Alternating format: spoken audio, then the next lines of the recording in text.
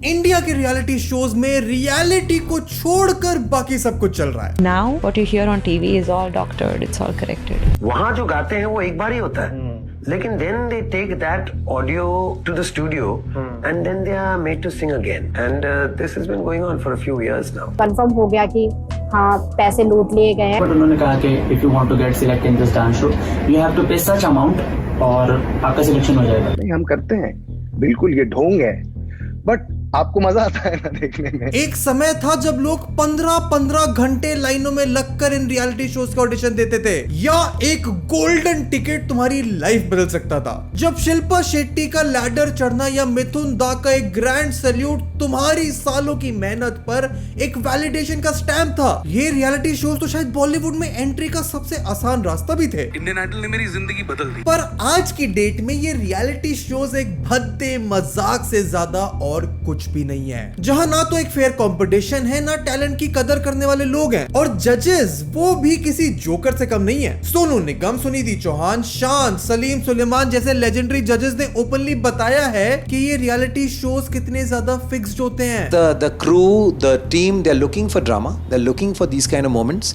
and अगर है भी नहीं तो क्रिएट कर लेते हैं। किशोर कुमार के बेटे अमित कुमार ने तो ये तक बोल दिया था कि इंडियन आइडल के मेकर्स ने उन्हें कंटेस्टेंट्स की झूठी तारीफ करने के लिए फोर्स किया है। पर मेरे लिए सबसे ज्यादा शॉकिंग था 20 अगस्त 2020 को पोस्ट किया गया ये ट्विटर थ्रेड, जिसमें एक इंडियन आइडल के कंटेस्टेंट निशांत कौशिक ने ऐसे फैक्ट्स बताए हैं जो तुमने रियलिटी शोज के बारे में कभी सपने में भी नहीं सोचे होंगे। इनकी बात तो हम आगे करेंगे ही, but honestly it feels sad, क्योंकि जिन रियलिटी शोज के नए एपिसोड्स को देखने के लिए पूरा देश वीकेंड्स का वेट करा करता था, मेरा तो पूरा बचपन सारेगामा, पा, बूगी वूगी, केबीसी, डीआईडी जैसे शोज को देखकर बीता है। व्यूज की अंधी रेस में ये रियलिटी शोज इतने नीचे गिर चुके हैं कि इन्हें प्यार, बचपना और यहाँ तक कि लोगों की गरीबी तक को मोनेटाइज कर दिया है। सनी आप क्या करते हैं? मैं बूट पॉलिश करता हूँ। और शोज में अननेसेसरी ड्रामा होता है, टीआरपी के लिए कंटेस्टेंट की सॉफ्ट स्टोरीज को जानबूझकर हाईलाइट करा जाता है, ये सब तो तुम्हें ऑलरेडी पता है। पर टैलेंट के रियलिटी के ये शोज की रियलिटी असली में इससे कहीं ज्यादा डार्क है, क्योंकि पैसे सिर्फ तुम्हारे व्यूज और चैनल्स पर इन शोज को चलाकर नहीं कमाए जा रहे हैं, बल्कि स्कैम करके लोगों से लूटे भी जा रहे हैं। हमारी मतलब 13,000 रुपीज यूं ही चले गए। जिन शोज को तुम 3-3 महीने तक फॉलो करते हो, उनके winner, runner up, wild card entry सब पहले से फिक्स होते हैं। बट उन्होंने कहा कि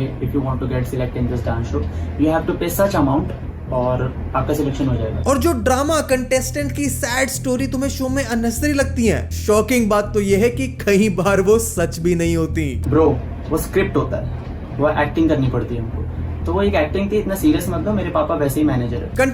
कंटेस्टेंट्स कहां से आते हैं? सब कुछ फेक। अब इस वीडियो में इन सारी फेक कहानियों को तुम्हें कैसे ये शोज मैनिपुलेट करते हैं, लोगों को कैसे धोखा देते हैं, वो सब तो इस वीडियो में बताएंगे ही, पर साथ ही डिस्कस करेंगे इंडिया में रियलिटी शोज की वेव, उसके असली ऑन ग्राउंड इंपैक्ट को, जिसने तुम्हारे अकॉर्डिंग शायद कुछ लोगों की लाइफ तो सेट कर दी होगी, पर आज भी उन्हें कौन जानता है। पर रियलिटी शोज के नाम पर चल रहा ये सर्कस या फिर स्कैम सिर्फ ओटीटी और सोशल मीडिया से कंपेयर करने की डेस्परेशन नहीं है, it is much deeper than that, क्योंकि सिर्फ व्यूअर्स को बेवकूफ नहीं बनाया जा रहा है, मजाक तो उन कंटेस्टेंट के करियर का भी बनाया जा रहा है, जिसकी बात भी हम आगे करेंगे। लेकिन उसमें नुकसान किसी का हो या ना हो, आर्टिस्ट का जरूर होता है। पर सबसे पहले समझना होगा इंडिया में रियलिटी शोज की शुरुआत को, उसके कल्चरल इंपैक्ट को, रियलिटी टीवी की दुनिया के उस प्रॉमिस को, जिसकी वजह से लाखों लोगों के लिए 2-2 दिन भूखे प्यासे ऑडिशन में लगे रहना कोई बड़ी बात नहीं थी। टॉपिक अच्छा लग रहा है, हमारी वीडियोस पसंद हैं तो वीडियो को लाइक करो, चैनल को सब्सक्राइब करो, और आओ मैं तुम्हें समझाता हूँ the promise of reality TV. आज भले ही हम यूट्यूब पर इंडियाज गॉट लेटेंट को, ओटीटी पर ट्रेटर्स जैसे शोज को बिंज वॉच कर रहे हो, पर रियलिटी शोज तो शायद इंडिया में तब से एग्जिस्ट कर रहे हैं जब मैं और तुम और ना जाने इस वीडियो को देखने वाले लगभग 99% लोग पैदा भी नहीं हुए थे। 1972 में शुरू हुआ इंडिया का पहला रियलिटी शो BQC यानी बॉर्नवीटा क्विज कॉन्टेस्ट। ये एक अटेम्प्ट था लोकल कंपटीशन को नेशनल लेवल पर ले जाने का, एक सिंपल सा क्विज कंपटीशन जिसमें लोकल स्कूल पार्टिसिपेट करते थे। Rippy Badonia, Amity International School, Noida. To answer question based on general knowledge, science and history. Who was accompanied by Dorji Latu and Ang Dorji. on a historical conquest. एक fun fact, BQC का face बन चुके डेरेक ओब्रायन आज की date में member of parliament है and 20 साल तक रेडियो पर एयर होने वाला Bournvita quiz contest also became the first reality TV show to be telecast on Indian television. जब 1992 में बॉर्नवीटा क्विज कॉन्टेस्ट एयर होता है जी टीवी पर एंड खुल जाते हैं इंडिया के लिए रियलिटी शोज के दरवाजे, क्योंकि 1992 के बाद आने वाले अगले 8 सालों में ही मिले थे इंडिया को अपने सबसे रियल, ऑथेंटिक और सबसे ज्यादा एंटरटेनिंग रियलिटी टीवी शोज, जिसकी शुरुआत होती है 1993 में अनु कपूर की अंताक्षरी से। एक ऐसा गेम जो आज भी घर घर में खेला जाता है, सिंपल पर बहुत लाजवाब एंटरटेनमेंट, जो अपने गानों से केटर करता था कंटेस्टेंट को, एक कॉम्पिटिटिव स्पिरिट को और इंडिया के बॉलीवुड ऑब्सेशन को। दिल दीवाना बिन सजना की मानेगा। अगले कुछ सालों में शो का क्रेज इतना बढ़ गया कि पार्टिसिपेट करने वाली फैमिलीज किसी मिनी सेलिब्रिटी से कम नहीं होती थी। Antakshari became a household name, so much so कि उस समय जी टीवी के प्रेसिडेंट अपूर्व पुरोहित ने अंताक्षरी को जी टीवी की one of the strongest properties बताया था। अंताक्षरी की सरप्राइजिंगली मैसिव पॉपुलैरिटी से इंस्पायर होकर जी टीवी लाता है 1996 में एक और सिंगिंग रियलिटी शो, जो आगे जाके बना इंडियन टीवी का सबसे ज्यादा ब्लॉकबस्टर शो सारेगामापा,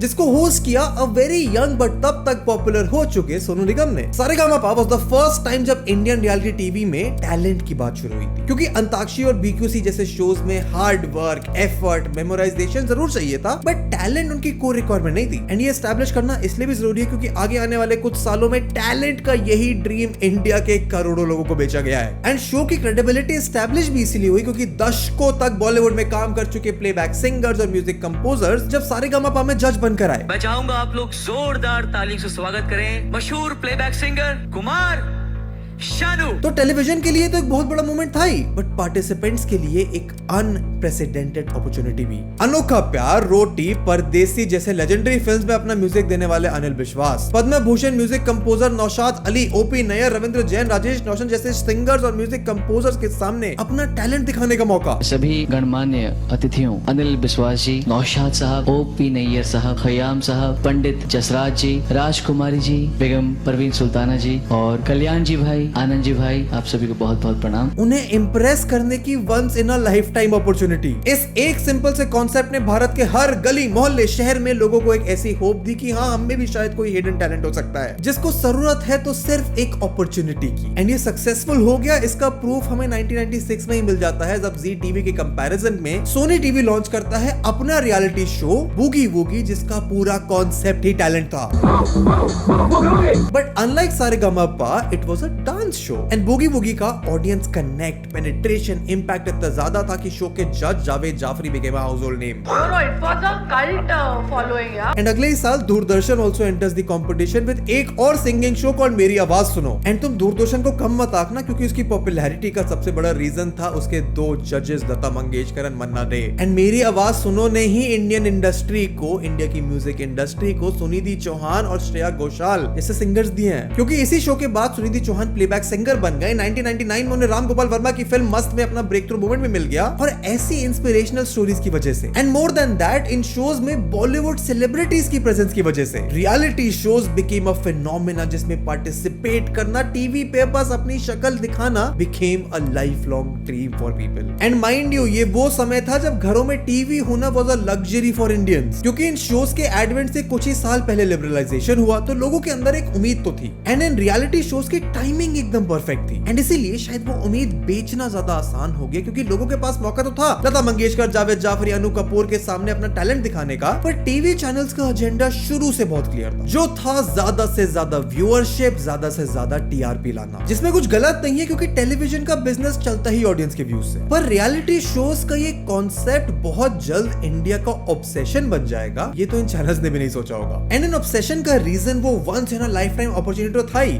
पर इन रियलिटी शोज का फॉर्मेट, शो की, जजेस की, ऑडियंस की, उनके इंटरेक्शन की ऑथेंटिसिटी, मुझे आपको देखना था, देख लिया। जहां ऑडियंस को इंतजार रहता था जजेस की ओपिनियन का, कंटेस्टेंट्स के एलिमिनेशन का, मेरी तरफ से it'll be a no। And audience के दिमाग में दूर दूर तक ये सवाल ही नहीं था कि कुछ फेक फिक्स या प्री डिसाइडेड होगा। पहले रियल होता था। Absolutely. और ना ही एग्जिस्ट करता था किसी भी तरह का ड्रामा। तो ये show by themselves were big enough to become a craze. उस शो के जरिए पूरा हिंदुस्तान सिमट कर उस मंच पे आ गया। एंड कहानी रियलिटी शोज की और इंटरेस्टिंग होती है सन 2000 में, जब पहली बार किसी मेन स्ट्रीम बॉलीवुड सुपरस्टार ने टीवी की दुनिया में कदम रखा था, जब डेब्यू हुआ अमिताभ बच्चन का कौन बनेगा करोड़पति के साथ।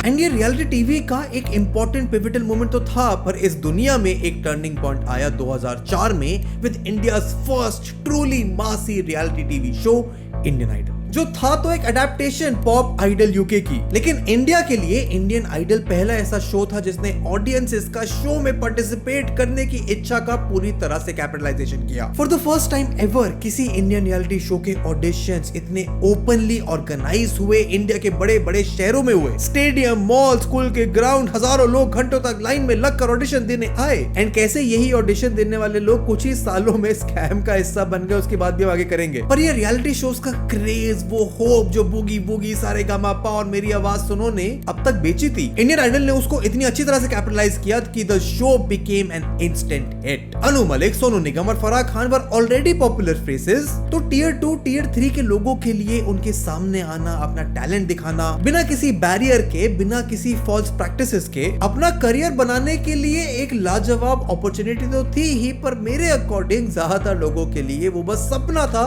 एक बार अपने आप को टीवी पर देखने का, या सिर्फ एक बार सोनू निगम और जावेद अख्तर से हाथ मिलाने का सपना।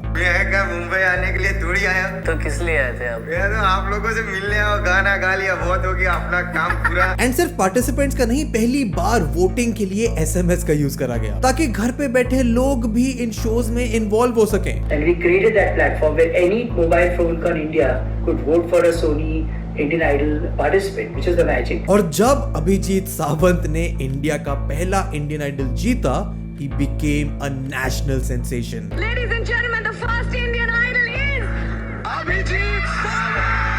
आज भी कई लोगों के लिए अभिजीत सावंत इकलौता इंडियन आइडल से आया हुआ नाम होंगे। कैश प्राइज, एक होंडा सिटी तो अभिजीत को मिली ही, एक साल के अंदर उन्हें बॉलीवुड में प्लेबैक सिंगिंग की अपॉर्चुनिटी भी मिल गई इन द फिल्म आशिक बनाया आपने। एंड सिर्फ शो के विनर के नहीं, मुंबई में शो के बाकी कंटेस्टेंट्स की भी होर्डिंग लगने लगे। And reality show suddenly popularity, fame, success को पाने का रातों रात एक ऐसा जरिया बन गया जो पहले एग्जिस्ट नहीं करता था। एंड इस वीडियो की रिसर्च करते हुए ही मुझे पता चला कि जब 2006 में कोलकाता के एक पुलिस कांस्टेबल प्रशांत तमंग ने इंडियन आइडल जीता, तो पूरे देश में ऐसे सेंटिमेंट्स और स्ट्रॉन्ग हो गए, जिसकी वजह से लोग इन शो से ऑब्सेस थे। वो एक गोल्डन अपॉर्चुनिटी मिलना, ओवरनाइट सक्सेस बन जाना, जो कुछ लोगों के लिए सच हुआ भी। अरिजीत सिंह, श्रेया घोषाल, जुबीन नौटियाल, पलक मुच्छल, नेहा कक्कड़, विशाल मिश्रा जैसे आर्टिस्ट जो आज बॉलीवुड में मेन स्ट्रीम पॉपुलैरिटी के साथ एग्जिस्ट करते हैं, इन सब को इन रियलिटी टीवी शो से डिस्कवर करा गया है। जहां पहले एक आर्टिस्ट को सालों तक स्ट्रगल करना पड़ता था, अपना नाम बनाने के लिए 50-50 रुपए के कॉन्सर्ट करने पड़ते थे।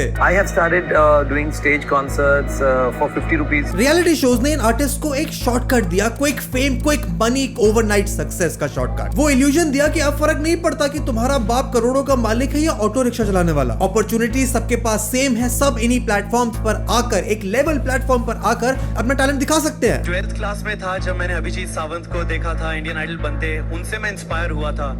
और उसके बाद मैंने इंडियन आइडल 2 के लिए ऑडिशन किया था। पर इंडियन आइडल की रिकॉर्ड ब्रेकिंग पॉपुलैरिटी के साथ शुरू हुआ एक कंपटीशन, व्यूअरशिप, अटेंशन, टीआरपी का एक ऐसा कंपटीशन जिसने ना सिर्फ लोगों के इल्यूजन को, रियलिटी शोज के इस प्रॉमिस को तोड़ा, पर शायद over time reality TV shows को एक स्कैम में बदल दिया। इंडियन आइडल की सक्सेस के बाद टीवी शोज को मिल चुका था एक sure short formula for high TRP, जहां वीकली डेली सोप्स के बाद वीकेंड पर हर एक टीवी चैनल का अपना रियलिटी शो आता था, जिसमें कंपटीशन भले ही अलग अलग स्किल्स का हो, पर कोर रिक्वायरमेंट एक थी, टैलेंट। सोनी टीवी पर 2 सिंगिंग शो, इंडियन आइडल और फेम गुरुकुल। स्टार प्लस ने शुरू किया अपना comedy show the great Indian laughter challenge. Zee TV पर 2009 तक आ चुका था डांस इंडिया डांस, झलक दिखला जा, नच बलिए, खतरों का खिलाड़ी, India's got talent, KBC, master chef India, 10 कदम, हाई फीवर। इंडिया में रियलिटी टीवी अपने पीक पर था। अलग अलग चैनल्स के अलग अलग शो, सिर्फ सिंगिंग और डांसिंग नहीं, बल्कि कॉमेडी, नॉलेज, करेज और कुकिंग जैसे अलग अलग जॉनरास। इससे रियलिटी शोज में डाइवर्सिटी तो आई, पर साथ ही आया व्यूअर व्यूअरशिप का कंपटीशन, क्योंकि सैटरडे रात 9 बजे या तो ऑडियंस जी टीवी पर सारेगामापा देख सकती थी या सोनी पर इंडियन आइडल। और चैनल्स में एक हेल्दी कंपटीशन तो अच्छी चीज होती है, जो इनिशियली साबित भी हुआ, क्योंकि शोज में फ्लेवर लाने के लिए सारेगामापा ने स्टार्ट किया Sa Re Ga Ma Pa little champs for the kids. 2006 में शुरू हुआ सेलिब्रिटी डांसिंग शो झलक दिखला जा, जहां अब वैरायटी के लिए फेमस सेलिब्रिटीज भी कम्पीट कर रहे थे। रियलिटी टीवी में नए फॉर्मेट्स की कमी तो थी नहीं, ना ही कमी थी हर साल ऐड हो रहे नए नए गिमिक्स की। Reality shows also became a source of promotion for Bollywood celebrities, जहां अपनी फिल्म के प्रमोशन के लिए एक एपिसोड में आना, जजेस के साथ बैठना, परफॉर्मेंसेस एंजॉय करना became a common phenomena. And not only promotions, reality shows तो बॉलीवुड सेलिब्रिटीज के बैकअप ऑप्शंस बन गए, और कई केसेस में तो कमबैक ऑप्शन ऑडियंसेस के मन में रेलेवेंट रहने का सबसे बढ़िया तरीका भी। कौन बनेगा करोड़पति 2000s में जब अमिताभ बच्चन के साथ आया तो it revived Amitabh Bachchan career, पर रियलिटी शोज के थ्रू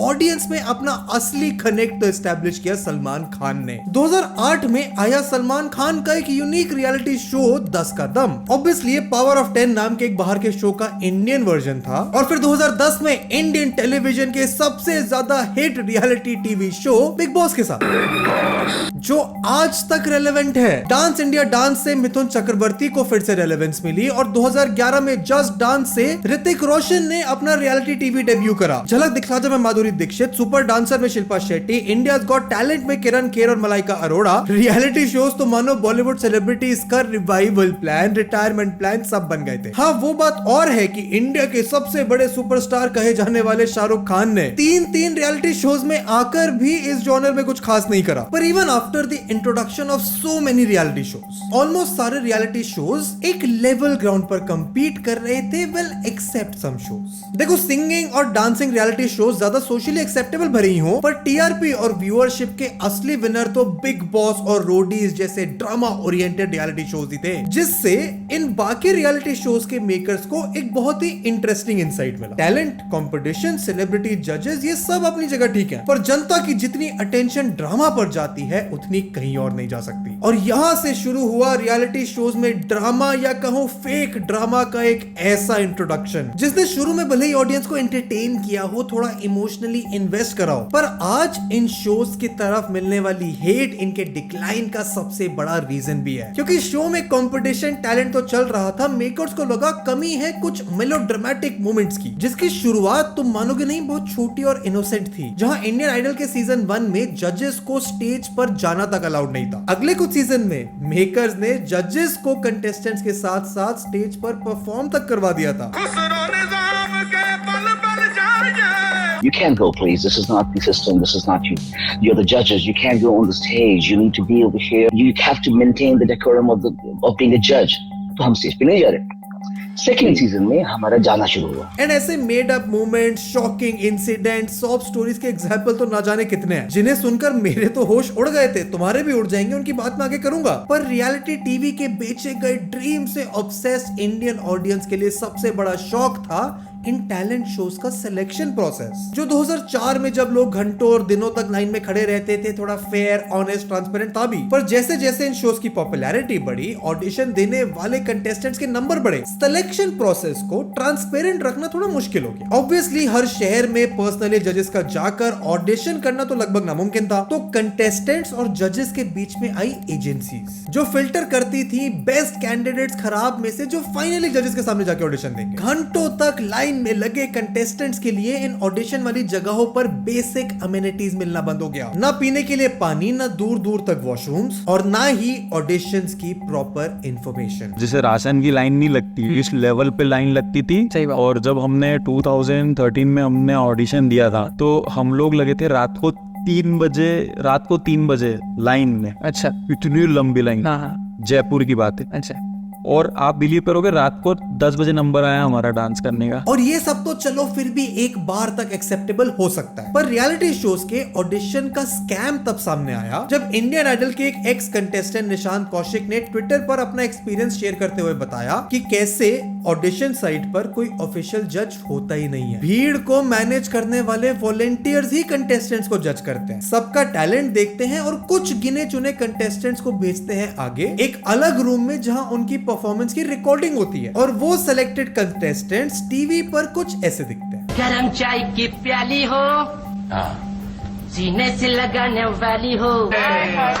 इंटेंशनली ऐसे सिंगर्स को पिक करा जाता है जिन्हें दूर दूर तक गाना नहीं आता, उनको उनके व्यूज, उनके कंटेंट के लिए मिल्क करा जाता है, नेशनल टेलीविजन पर उनका मजाक बनाया जाता है, ऑडिशंस की हाइप बनाने के लिए कंटेस्टेंट्स को चिल्लाने के लिए बोला जाता है। एंड ये सिर्फ इंडियन आइडल की बात नहीं है, रियलिटी शोज के ऑडिशंस की सच्चाई तो सिर्फ उन्हें पता है जो इन ऑडिशंस में गए हैं। पर ये तो निशांत के थ्रेड की सबसे लीस्ट शॉकिंग बात थी। पर सबसे शॉकिंग फैक्ट तो सामने तब आया व्हेन ही रिवील्ड कि कैसे शो में इमोशनल कंटेंट डालने के लिए ऑडिशन में वॉलंटियरिंग टीम के मेंबर स्पेसिफिकली ढूंढते हैं ऐसे लोगों को जिनमें कुछ फिजिकल डिसेबिलिटी हो, जिनका बैकग्राउंड इकोनॉमिकली वीक हो, जिनके पास एक सैड सॉब स्टोरी हो बताने को, जिसको और ज्यादा इमोशनल बना के बेचने का काम तो शो की एडिटिंग और मार्केटिंग टीम कर ही देगी। इनफैक्ट वो कहानियां जिनके पीछे सैड इमोशनल म्यूजिक लगाकर ऑडियंस को गुमराह करा जाता है, वो कई बार सच भी नहीं होती। जैसे DID लिटिल चैंप सीजन 2 के विनर फैजल खान की कहानी। आपके मम्मी पापा क्या करते हैं? मेरे पापा ऑटो ड्राइवर है और मेरी मम्मी हाउसवाइफ। ना तो फैजल के पापा ऑटो चलाते हैं और ना ही फैजल ने यहाँ अपनी मर्जी से झूठ बोला है। मैंने पूछा कि सर अब तो आपके पापा ने वो जॉब छोड़ दी होगी, तो उन्होंने मुझसे पूछा कौन सी जॉब? मैंने बोला नहीं, मैंने शो में देखा था वो ऑटो चलाते थे। तो अब तो आप इतने फेमस डांसर हो गए तो उन्होंने तो ये जॉब छोड़ दी होगी। ब्रो वो स्क्रिप्ट होता है, वो एक्टिंग करनी पड़ती है हमको, तो वो एक एक्टिंग थी, इतना सीरियस मत लो, मेरे पापा वैसे ही मैनेजर है। एंड इवन इफ कंटेस्टेंट्स की ये सैड स्टोरीज, उनका गरीब बैकग्राउंड से आना, फिजिकल डिसेबिलिटी होना, ये सब सच हो भी, तब भी एक रियलिटी टीवी शो जिसका फोकस कंटेस्टेंट्स के टैलेंट पर होना चाहिए, उनकी परफॉर्मेंसेस पर होना चाहिए, वहां उनकी सॉफ्ट स्टोरीज की रेलेवेंस किस हद तक वैलिड है। पर ये जानना शायद अब इतना मैटर करता भी नहीं है, क्योंकि ऑडियंसेस का शो से, ऑडिशन प्रोसेस से विश्वास तो बहुत पहले उठ गया जब ऑडिशन के नाम पर इन रियलिटी शोज ने बिजनेस करना शुरू किया। बट मेरे साथ 2 बार स्कैम हो चुका है और दोनों ऑडिशन देने के बाद ही हुआ था और इंडियन आइडल के नाम पर ही हुआ था। एंड आई नो कि शायद ये स्कैम इन शोज की ऑफिशियल टीम ने नहीं, इन शोज के नाम पर स्कैमर्स नहीं किए होंगे। But what about the time जब 30,000 रुपए लेकर शो का ऑडिशन क्वालिफाई करा दिया जाए, even when you don't deserve it। मैं नाम नहीं लूंगा, बट उन्होंने कहा कि if you want to get selected in this dance show, you have to pay such amount और आपका सिलेक्शन हो जाएगा। और ऐसे इनकॉम्पिटेंट, अनडिजर्विंग लोगों का इन शोज में जाना आजकल शायद सही भी है, क्योंकि अब तो इन शो के जजेस के पास तक इन कंटेस्टेंट्स को जज करने की काबिलियत शायद नहीं है। इंडियन आइडल जूनियर सीजन 2 की जज Sonakshi Sinha, India's got talent की जज परिणीति चोपड़ा, नच बलिए सीजन 7 के जज चेतन भगत, ये सुनने में कई लोगों के लिए किसी मजाक से कम नहीं है। जजेस की ऐसी रियलिटी, इन रियलिटी शोज की लगातार गिरती क्रेडिबिलिटी और ऑडिशंस की सच्चाई जानने के बाद लोगों ने रियलिटी शो के दिखाए हुए सपने पर विश्वास करना तो बंद कर दिया था। But even after knowing all of this, in reality shows का एंटरटेनमेंट क्वोशिएंट अभी जिंदा था। अर्ली 2000s वाली ऑथेंटिसिटी भले ही ना हो, पर 3 महीने तक कंटेस्टेंट्स को एक ट्रॉफी के लिए लड़ता देखने में, उनकी जर्नी को फॉलो करने में, या फिर सेलिब्रिटीज को खतरों के खिलाड़ी, झलक दिखला जा जैसे शोज में कंपीट करते देखने में, और अब सच हो या झूठ उन सैड स्टोरीज को सुनने में, ऑडियंस को मजा तो अब भी आ रहा था, बट नॉट फॉर लॉन्ग, क्योंकि रियलिटी शोज का टोटल कोलैप्स अपने खुद के हाथों से ज्यादा दूर नहीं था। टाइम के साथ, ऑडियंसेस के बदलते टेस्ट के साथ किसी भी शो को रेलेवेंट रखने के लिए थोड़े थोड़े चेंजेस करने पड़ते हैं। पर ऑडियंस की एक्सपेक्टेशंस उनके टेस्ट को मैच करने के लिए, उन्हें बेवकूफ बनाने के लिए, इंडिया के टैलेंट बेस्ड रियलिटी शोज के साथ अगर सबसे बड़ी कोई ट्रेजेडी हुई है तो वो है शायद ओवर कॉन्फिडेंट और ओवर स्मार्ट मार्केटिंग और स्टैटिस्टिक टीम्स का आना, जिनके पास ग्रो करने के लिए शायद सिर्फ एक तरीका था, ऑडियंस को बेवकूफ बनाकर उन्हें आउटस्मार्ट करना। व्यूअरशिप की रेस में जो थोड़ा बहुत ड्रामा, थोड़ा बहुत soft stories, emotional stories add करी गई थी, they seem to be working well for a while and suddenly it went through the roof. 2018 में सलमान अली इंडियन आइडल 10 के विनर बने और उनके टैलेंट और एबिलिटी पर कोई डाउट मुझे भी नहीं है, पर पूरे सीजन उनके इकोनॉमिकली वीक बैकग्राउंड, उनकी गरीबी को इस तरह से हाईलाइट करा गया that viewers were almost feeling guilty उनके लिए वोट ना करने पर। बहुत ही बड़ी बात है कि हम यहाँ पर 5 स्टार होटल में खाना खा रहे हैं, क्योंकि यहाँ पर इतना सारा खाना है कि इतना तो हमारे वहाँ पर शादियों में भी नहीं बनता है। जब मैं खाना खा रहा था तो दिल में यही चिंता है कि मैं इतना अच्छा खाना खा रहा हूँ, पता नहीं मेरे माँ बाप कैसे होंगे, वो क्या खा रहे होंगे, उनको खाना नसीब हो भी रहा होगा या नहीं भी हो रहा होगा। और फिर से वही सेम स्टोरी अगले साल रिपीट करी गई विद सनी हिंदुस्तानी, जहाँ पूरे सीजन सनी के जूते पॉलिश करने के प्रोफेशन को इतनी बार हाईलाइट किया गया, उन पर इतने वीडियो क्लिप्स बनाए गए कि उनके अलावा किसी और को वोट करने की कोई हिम्मत ही नहीं कर सकता था। सनी, आप क्या करते हैं? मैं बूट पॉलिश करता हूँ। वंस अगेन सनी ने इंडियन आइडल 11 जीता और दोनों साल शो की TRP one of the highest थी। पर ऐसी इमोशनल स्टोरीज को लोगों के सामने रखना, उन पर कैपिटलाइज करना, ये रियलिटी में पहली बार तो नहीं हो रहा था और सरफेस लेवल पर तो इसमें कुछ गलत भी नहीं है। अगर कंटेस्टेंट्स की बैक स्टोरी बताने से, उनके घर जाकर उनकी फैमिली से बात करके शो में दिखाने से शो की टीआरपी बढ़ती है, एंटरटेनमेंट क्वेश्चन बढ़ता है, कंटेस्टेंट्स के साथ ऑडियंस का इमोशनल कनेक्ट बढ़ता है, तो इसमें प्रॉब्लम ही क्या है? वेल, प्रॉब्लम तो है किसी की स्टोरी दिखाने में नहीं, प्रॉब्लम है स्टोरी को दिखाने के तरीके में, प्रॉब्लम है शो के मेकर्स के इंटेंशन में। जहां ऑडिशंस में अब इंटेंशनली उन लोगों को फिल्टर आउट करा जाने लगे जो एक गरीब बैकग्राउंड से आते हैं, जिनकी लाइफ में शायद मेरी और तुम्हारी लाइफ से ज्यादा बड़ी प्रॉब्लम्स थी। हालात तो बहुत बुरे हैं सर घर में। तो इसके पापा की डेथ हो चुकी है अभी 3 महीने पहले, इसलिए थोड़ा प्रॉब्लम्स हैं। जिनके लिए शो जीतना बस एक ऑप्शन नहीं, नेसेसिटी थी। प्रॉब्लम है उन कंटेस्टेंट्स की कहानी को दिखाने के तरीके में, जहां कंटेस्टेंट का टैलेंट उनकी परफॉर्मेंस नहीं, उनकी स्टोरी सेंटर स्टेज ले ले। बाथरूम देखो कितना बड़ा है, देखो ये तो महल है पापा, महल।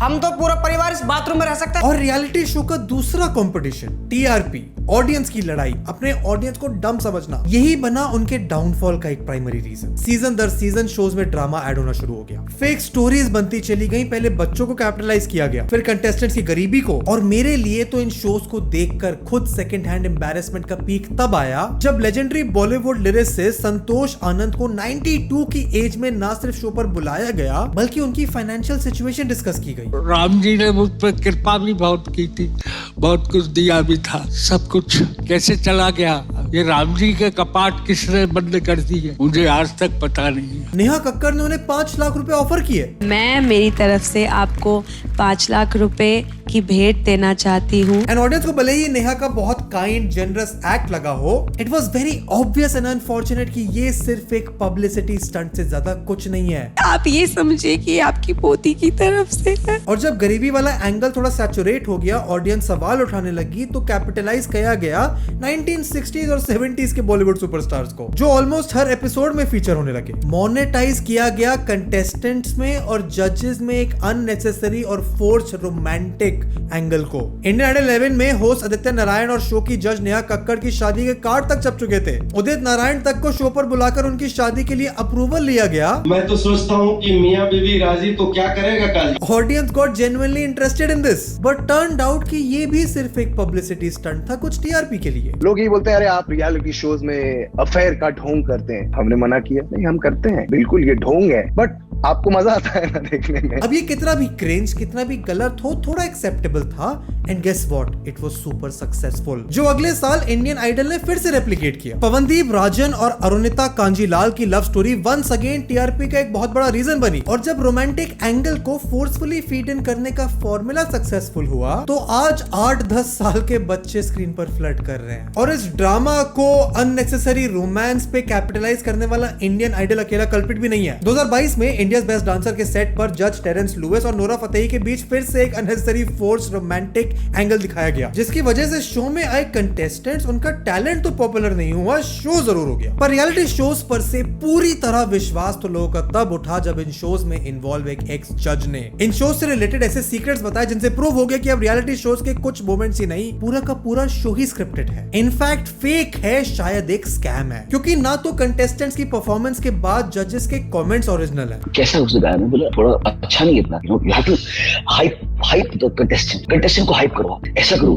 वैसा करो। अब मेरे दिल से नहीं आ रहा है यार, उसने इतना अच्छा नहीं गाया और मैं उसको बेवकूफ क्यों बनाऊं? जब उसने गाया खराब है तो मैं उसकी तारीफ क्यों करूं? ना ही कंटेस्टेंट्स की परफॉर्मेंस ओरिजिनल है। There are lots of shows, music competition, and perhaps maybe 99% of the music competition shows, singing competition shows, where what you are watching is a dubbed performance or is a corrected performance. यहाँ तक कि guest बनकर आए celebrities तक को अपना honest opinion देने की परमिशन नहीं है। हेमा मालिनी की ये फोटो जिसमें वो एक फुल फ्लेजेड स्क्रिप्ट के साथ बैठी हैं, इट शोज कि हमारे तुम्हारे फेवरेट रियलिटी शोज कितने ज्यादा फेक है, जहां पर हर एक लाइन, हर एक मोमेंट पूरी तरह स्क्रिप्टेड है, हर आंसर प्री डिसाइडेड है। जहां एक समय पर ये रियलिटी शोज इन परफॉर्मर्स के लिए, ये परफॉर्मर्स जिन जजेस को अपना गुरु मानते थे, उनके रिस्पेक्ट करते थे, उनके बीच एक हेल्दी कंपटीशन, एडवाइस, रिस्पेक्ट का जरिया थे। जावेद अख्तर, अनु मलिक, सोनू निगम जैसे जजेस परफॉर्मेंस देखने के बाद अपना ऑनेस्ट ओपिनियन देते थे। अगर एक्सप्लेन कर सकते हैं रफी साहब को और उनको असेस कर सकते हैं, तो ये आपका भी फर्ज बनता है कि जब आप उनका गाना गाएं तो अपनी ही आवाज में गाएं, बट वो फील दे। आज नेहा कक्कड़ का हर बात पर इमोशनल होना, अपना ओपिनियन देना रोजाना एक मीम बन गया है। एंड नेहा कक्कड़ अकेली नहीं है, इतनी जल्दी तो आंसू 3 साल के बच्चों के नहीं निकलते जितने रियलिटी शोज की परफॉर्मेंस, उनकी कहानियां सुन के